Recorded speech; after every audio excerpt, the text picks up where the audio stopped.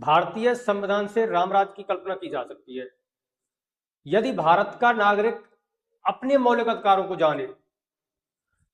मौलिक अधिकारों की जानकारी न होने के कारण कुछ दुष्ट स्वभाव के व्यक्ति, जिन्हें आप अपराधी भी कह सकते हैं, वह नागरिकों के मौलिक अधिकारों का हनन करते हैं, जिससे नागरिकों का शोषण होता है और लोकतंत्र की खूबसूरती घटती है। देश में भय और आतंक जैसी स्थिति पैदा हो जाती है। साथियों, मौलिक अधिकारों को जानना जरूरी है। जय हिंद, वंदे मातरम, जय श्री राम। साथियों, मैं सुरेंद्र फौजी, सनातनी संत रिपोर्टर, आज आपको एक ऐसे चैप्टर के बारे में बताने जा रहा हूं कि संविधान का वह चैप्टर, वह भाग नागरिकों को अमृत के समान लाभदायक है, लेकिन यदि देश के नागरिक उसे जाने तब। हमें पढ़ाया भी जाता है लेकिन हम भूल जाते हैं, और इसी नासमझी की वजह से हमारे नागरिकों का आज भी शोषण हो रहा है। साथियों, क्या है मौलिक अधिकार, कितने हैं मौलिक अधिकार, क्या है इनकी विशेषता, यह सब मैं आपको बताऊंगा। आप वीडियो बिना स्किप किए हुए अंत तक देखना है। और यह बताऊं उससे पहले हम थोड़ा सा संविधान के बारे में जान लेते हैं, क्योंकि संविधान का वर्णन नहीं किया जा सकता, विस्तृत संविधान है, हम थोड़ा सा इसके बारे में जान लेते हैं। साथियों, भारतीय संविधान दुनिया के सबसे विस्तृत संविधानों में से एक माना जाता है, जो कि बहुत ही खूबसूरत है। इसकी खूबसूरती सिर्फ इसके शब्दों से बयान नहीं की जा सकती, बल्कि इसके मूल्यों और विचारों में छिपी हुई है। यह संविधान हर नागरिक को समानता का, स्वतंत्रता का, न्याय और बंधुत्व का अधिकार देता है, जो एक आदर्श समाज की नींव बनाते हैं, और इसी से हम रामराज की कल्पना कर सकते हैं। इसकी सबसे बड़ी विशेषता यह है कि इसमें देश की विविधता को सम्मान दिया गया है। अलग अलग धर्म, भाषा, संस्कृति और परंपराओं वाले इस देश में यह भारतीय संविधान देश को एक सूत्र में बांधने का काम करता है, और यही है इस संविधान की खूबसूरती। साथियों, इसमें मौलिक अधिकारों के माध्यम से हर व्यक्ति को सम्मान पूर्वक जीने की गारंटी दी गई है। भारतीय संविधान की भाषा और संरचना भी अत्यंत संतुलित है, प्रभावशाली है। इसमें कठोरता और लचीलापन दोनों का सुंदर तालमेल है, जिससे समय के अनुसार इसमें संशोधन भी किए जा सकते हैं। सबसे बड़ी विडंबना यह है कि मेरा देश का नागरिक ना तो संविधान के बारे में ठीक से जानता और ना ही इसमें प्रदत्त मौलिक अधिकारों के बारे में। साथियों, मौलिक अधिकार क्या है? मौलिक अधिकार भारत के संविधान में निहित बुनियादी मानवाधिकार है, जो सभी नागरिकों को गारंटीकृत है। इनका प्रयोग जाति, धर्म आदि के आधार पर बिना किसी भेदभाव के किया जाता है। महत्वपूर्ण बात यह है कि साथियों, मौलिक अधिकार कुछ शर्तों के अधीन न्यायालयों द्वारा लागू किए जा सकते हैं। इन्हें मौलिक अधिकार क्यों कहा जाता है? आप सोचो, मौलिक अधिकार क्यों कहा जाता है? तो इन अधिकारों को मौलिक अधिकार दो कारणों से कहा जाता है। पहला कारण है कि ये अधिकार संविधान में निहित हैं, जो इनकी गारंटी देता है। दूसरा, इन पर न्यायोचित कार्रवाई की जा सकती है, न्यायालय द्वारा इन्हें लागू किया जा सकता है। उल्लंघन होने पर व्यक्ति न्यायालय में अपील कर सकता है। अब आप जानो कि भारतीय संविधान में कितने मौलिक अधिकार हैं। भारतीय संविधान में साथियों 6 मौलिक अधिकार हैं। पहला है समानता का अधिकार। साथियों, समानता का अधिकार अनुच्छेद 14 से 18 तक।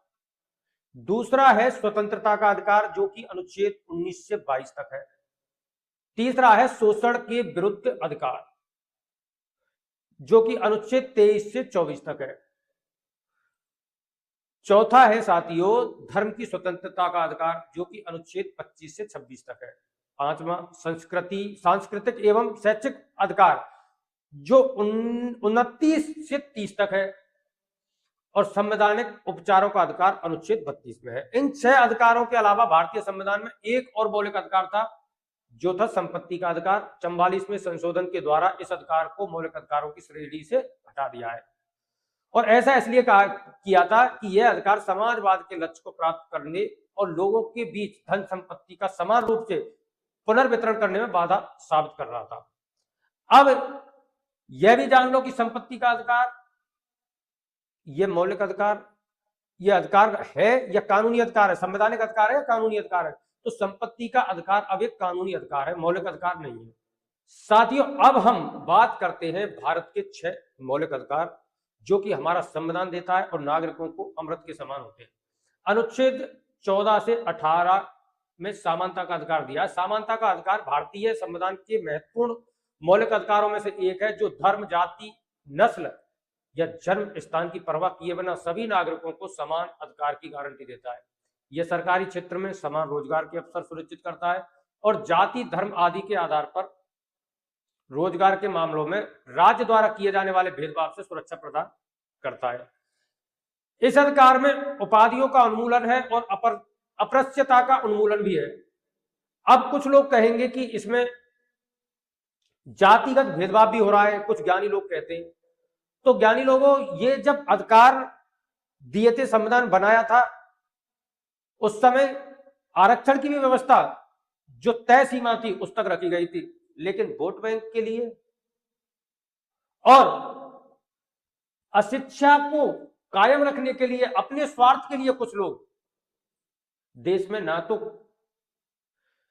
सामाजिक समानता लाना चाहते हैं और ना ही देश में जागरूकता लाना चाहते हैं।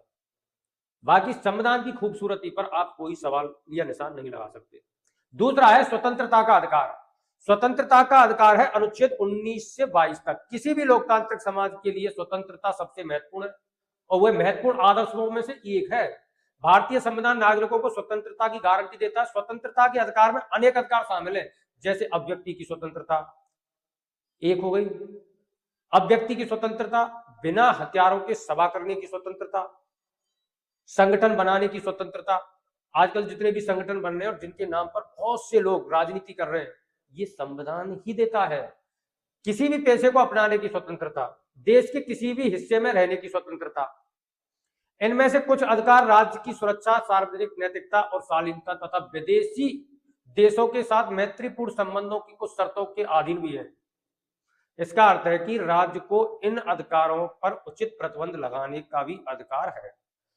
तीसरा है शोषण के विरुद्ध अधिकार, जो कि अनुच्छेद 23 से 24 तक है। इस अधिकार में मानव तस्करी, बेगारी नहीं, भाई तू यहाँ काम कर, तनख्वाह देना नहीं, और पहले चलती थी, वो सब खत्म है। आप मौलिक अधिकारों को समझो। बेगारी, अन्य प्रकार के जबरन श्रम पर रोक लगाना, ये सब शामिल है। इसमें कारखानों आदि में बच्चों के रोजगार पर भी रोक शामिल है। संविधान 14 वर्ष से कम आयु के बच्चों को खतरनाक परिस्थितियों में नियोजित करने पर प्रतिबंध लगाता है। धर्म की स्वतंत्रता का अधिकार, धर्म की स्वतंत्रता का अधिकार संविधान द्वारा प्रदत्त किया है कि आप किसी भी धर्म को अपना सकते हो। यह अनुच्छेद 25 से 28 तक है। यह भारतीय राजनीति के धर्मनिरपेक्ष स्वरूप को भी दर्शाता है। सभी धर्मों को समान सम्मान दिया जाता है। धर्म के प्रति अंतरात्मा, आस्था, पालन और प्रचार की स्वतंत्रता है। राज्य का कोई भी आधिकारिक धर्म नहीं है। प्रत्येक व्यक्ति को अपने धर्म का पालन करने और धार्मिक एवं धर्मार्थ संस्थाओं की स्थापना एवं संचालन करने का पूर्ण अधिकार है। पांचवा है सांस्कृतिक और शैक्षिक अधिकार, अनुच्छेद 29-30। यह अधिकार धार्मिक, सांस्कृतिक और भाषाई अल्पसंख्यकों के अधिकारों की रक्षा करता है। उन्हें अपनी विरासत और संस्कृति को संरक्षित करने में सहायता प्रदान करते हैं। शैक्षिक अधिकार बिना किसी भेदभाव के सभी के लिए शिक्षा सुनिश्चित करने के लिए है। संवैधानिक उपचारों का अधिकार, यह है 6वां अधिकार, और साथियों ये 32 से 35 तक है। इसमें संविधान नागरिकों को, सिविलियंस के लिए तो 32 में ही जो दिया गया है वो दिया गया है, 35 तक ये सशस्त्र सेना बल के जवानों के लिए भी इसमें कुछ गाइडलाइंस है। तो संविधान का जो ये संवैधानिक उपचारों का अधिकार है, वो संविधान में नागरिकों के मौलिक अधिकारों के उल्लंघन की स्थिति में उपचार की गारंटी देता है। सरकार किसी के भी अधिकार का हनन होने पर अंकुश नहीं लगा सकती, हनन या अंकुश नहीं लगा सकती। यदि हनन हुआ है तो व्यक्ति न्यायालय में जा सकता है, और पीड़ित व्यक्ति जब न्यायालय में जाएगा तो न्यायालय आदेश जारी कर सकता है। नागरिक सीधे सर्वोच्च न्यायालय में जाकर अपनी याचिका दायर कर सकते हैं, जो मौलिक अधिकारों को लागू करने के लिए रिट भी जारी करता है, रिट जारी करता है और मौलिक अधिकारों की रक्षा करता है। साथियों, मौलिक अधिकारों की विशेषता और जान लेते हैं। वीडियो काफी लंबा हो रहा है। मौलिक अधिकार सामान्य कानूनी अधिकारों में से इस मायने में भिन्न होते हैं कि उन्हें कैसे लागू किया जा सकता है। यदि किसी कानूनी अधिकार का उल्लंघन होता है तो पीड़ित व्यक्ति निचली अदालतों को दरकिनार करके सीधा सर्वोच्च न्यायालय में नहीं जा सकता, उससे पहले निचली अदालतों में जाना होगा। कुछ मौलिक अधिकार सभी नागरिकों को प्राप्त है, जबकि बाकी सभी व्यक्तियों को, जैसे नागरिक और विदेशियों के लिए अलग अलग है। मौलिक मौलिक अधिकार निरपेक्ष अधिकार नहीं है, उन पर उचित प्रतिबंध है, जिसका अर्थ है कि वे राज्य की सुरक्षा, सार्वजनिक नैतिकता, शालीनता तथा विदेशी देशों के साथ मैत्रीपूर्ण संबंधों की शर्तों के अधीन है। ये न्यायोचित अधिकार है, जिसका अर्थ है कि इन्हें न्यायालय द्वारा लागू किया जा सकता है। मौलिक अधिकारों के उल्लंघन के मामले में लोग सीधे सर्वोच्च न्यायालय से संपर्क कर सकते हैं। मौलिक अधिकारों को संसद के द्वारा संवैधानिक संशोधन के माध्यम से संशोधित किया जा सकता है, लेकिन तभी जब संविधान में संशोधन के दौरान मूल संरचना पर कोई फर्क ना पड़े, कोई परिवर्तन ना हो। राष्ट्रीय आपातकाल के दौरान भारतीय संविधान के मौलिक अधिकारों को निलंबित किया जा सकता है, लेकिन अनुच्छेद 20 और 21 के तहत गारंटीकृत अधिकारों को निलंबित नहीं किया जा सकता। मार्शल लॉ या सैन्य शासन के अधीन किसी भी क्षेत्र में मौलिक अधिकारों के प्रयोग को प्रतिबंधित किया जा सकता है। साथ ही वीडियो आपको कैसा लगा? अच्छा लगा तो लाइक शेयर करना दोस्तों, कमेंट में अपनी राय देना, ताकि फिर एक मेहनत करके जागरूकता के लिए नया वीडियो लेकर आऊं। जय हिंद, जय श्री राम।